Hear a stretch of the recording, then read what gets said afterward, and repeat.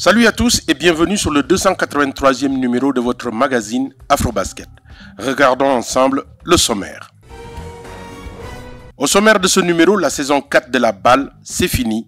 Nous vous en faisons le résumé. Ils en étaient les favoris mais ont été éliminés en quart de finale. Les douaniers du Sénégal, après leur finale de la saison 3, ont raté leur sortie. Explication. Enfin, les meilleurs moments de cette saison 4 avec votre top 5. Ça y est, c'est fait. Les lampions de la saison 4 se sont éteints à Kigali au Rwanda après une dizaine de jours d'âpres empoignades. Résumé avec Malik Daou. Jamais une saison de la Basketball Africa League n'avait été aussi impronosticable. De Pretoria à Kigali, en passant par Le Caire et Dakar, bien malin qui aurait pu prédire un podium composé du Petro de Luanda, d'Al Ahly de Benghazi et des Rivers Hoopers du Nigeria. Bien malin aussi qui aurait pu prédire la sortie prématurée en quart de finale du champion Al Ahly du Caire, du finaliste de la saison dernière l'AS Douanes du Sénégal et du vainqueur de 2022 l'US Monastir. De l'avis des observateurs, c'est l'année où le Petro a semblé le moins souverain qu'il a fini par s'imposer devant les vaillants Libyens d'Al Ahly, dans une finale haletante où le banc du champion d'Angola aura fait la différence en marquant 51 points dans une victoire 107 à 94. Nicolas Faust avec ses tirs à 3 points, Cloizio Castro et son énergie débordante en défense et au rebond, et Marquette Cummings ont ruiné les espoirs adverses en seconde période d'une finale, comptant parmi les plus belles de la Basketball Africa League.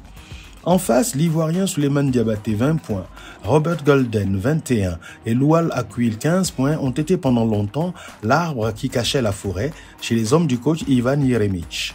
Puis, vidé physiquement, sa formation a dû baisser pavillon. Mais c'est une belle seconde place pour des Libyens qui avaient disparu du basketball international africain depuis 2009 avec en prime la performance historique de Loual Akwil, MVP et meilleur défenseur de la saison. Les Rivers Hoopers complètent le podium grâce à une excellente alchimie entre les joueurs locaux et les étrangers, ce qui a fait d'Ogo Daoudou le coach de l'année. Les Cape Town Tigers, moribonds à domicile au mois de mars, ont su opposer une belle résistance à leurs adversaires et ont pris un pari sur l'avenir.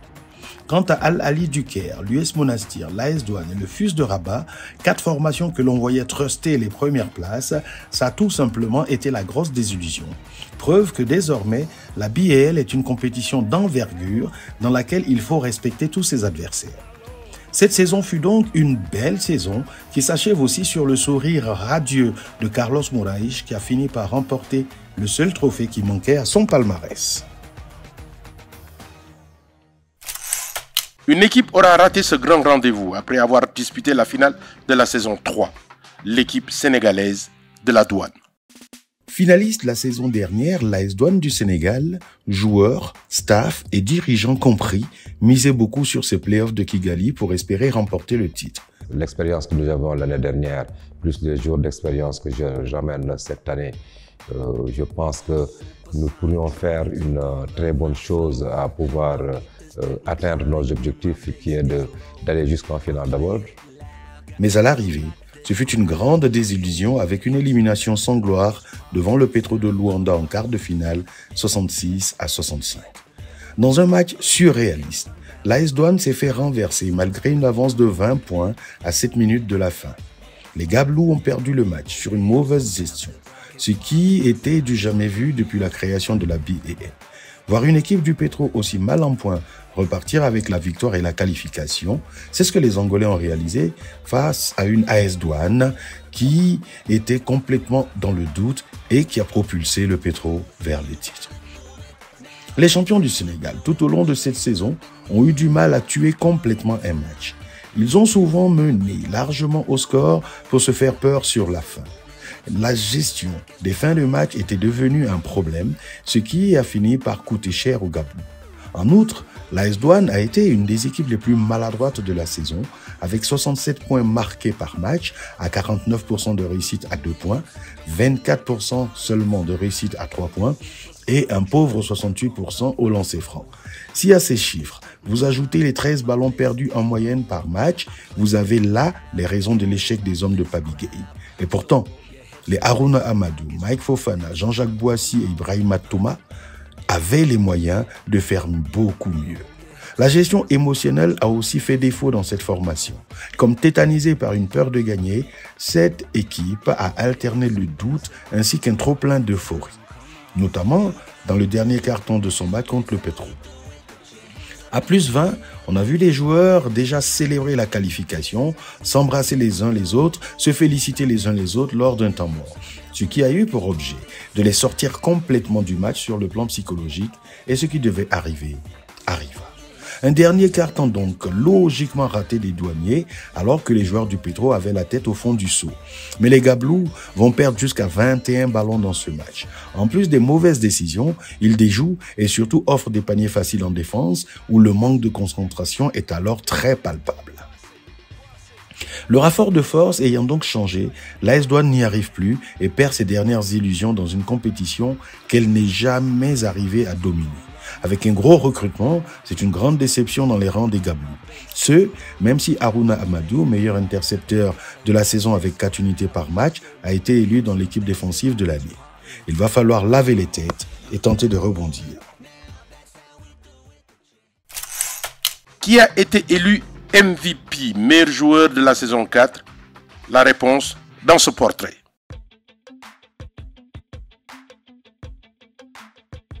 Pour sa toute première saison de Basketball Africa League, le pivot d'Al Ahly Benghazi, Joe Loual Akwil, vient d'écrire l'histoire.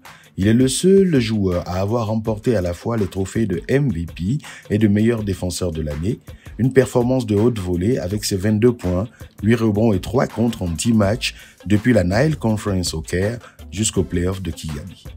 Pivot à l'ancienne, Loual Akwil, Sud-Soudanais d'origine, est un prototype de plus en plus rare dans le basket actuel. Ne comptez pas sur lui pour tenter une kyrielle de tir à 3 points.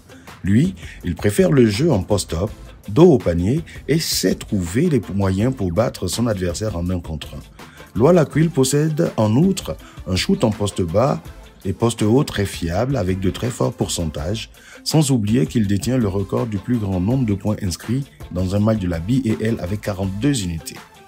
Ce jour-là, le 27 avril dernier, non seulement il a propulsé son équipe vers une victoire 110-78 contre les City Oilers, mais il a également dominé son jeune compatriote Kaman Malwash, le meilleur contreur de la BAL, ce qui vous classe un joueur. Loual Akwil est né il y a 30 ans à Wau, au Soudan du Sud.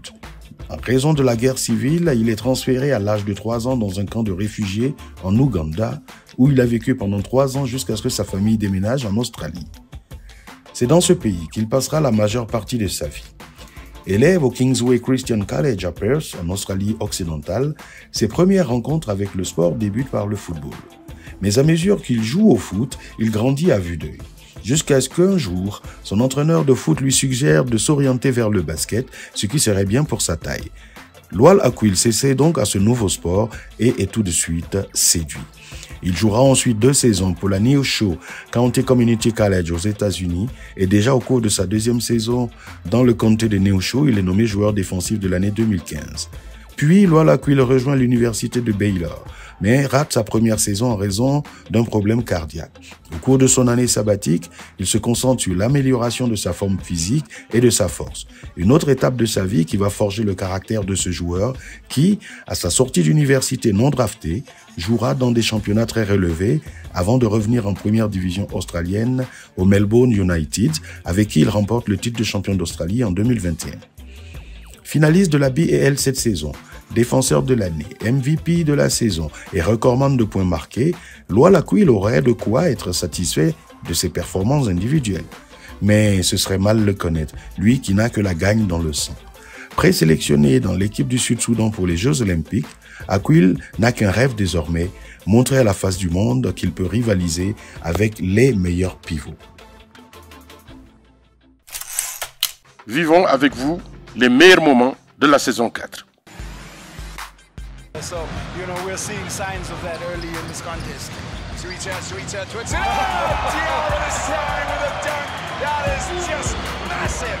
He is supremely athletic. Aliou Diarra, you space the floor just a little bit and you look at the up top catch and the passing ability of Sweeter.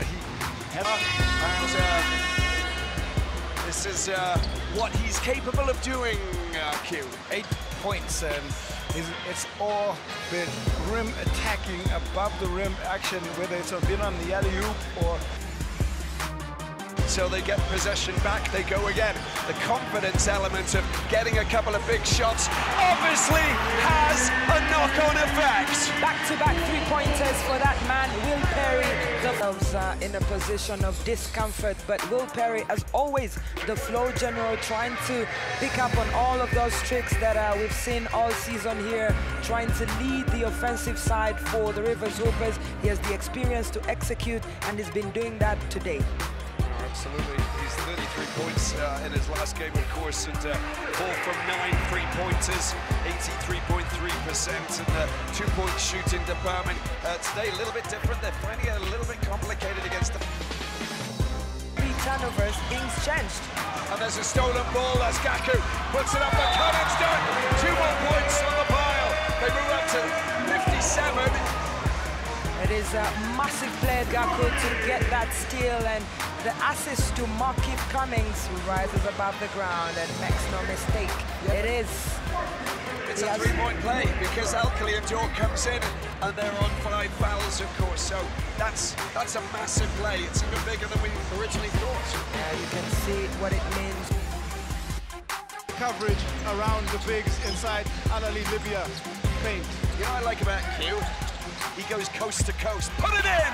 Oh my, Diabate dropping it into that half of Achuel, the alley-oop, but bring it on. For his money. I've seen this. I've heard it. You've heard it? I heard it on the grapevine. Wow, fantastic. I'll get you evidence in a bit. What, video footage? I have video footage. You do? Yep. Like to see it? Yeah. Want to see the proof? Q's being silent. He's staring at us. It's there for the taking. Faust picks it up in the corner. He goes up for 3. Oh, wow! It's happened again. This is bonkers.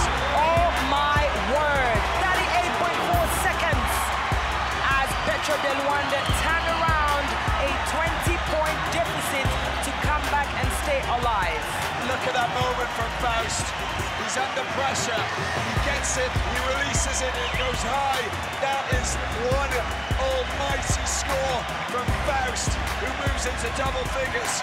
But more importantly, 22 points that they scored here to tie this game. Wow. Voilà, Afrobasket, c'est fini. On se retrouve dans notre prochain numéro. Restez fidèles à la suite de nos programmes.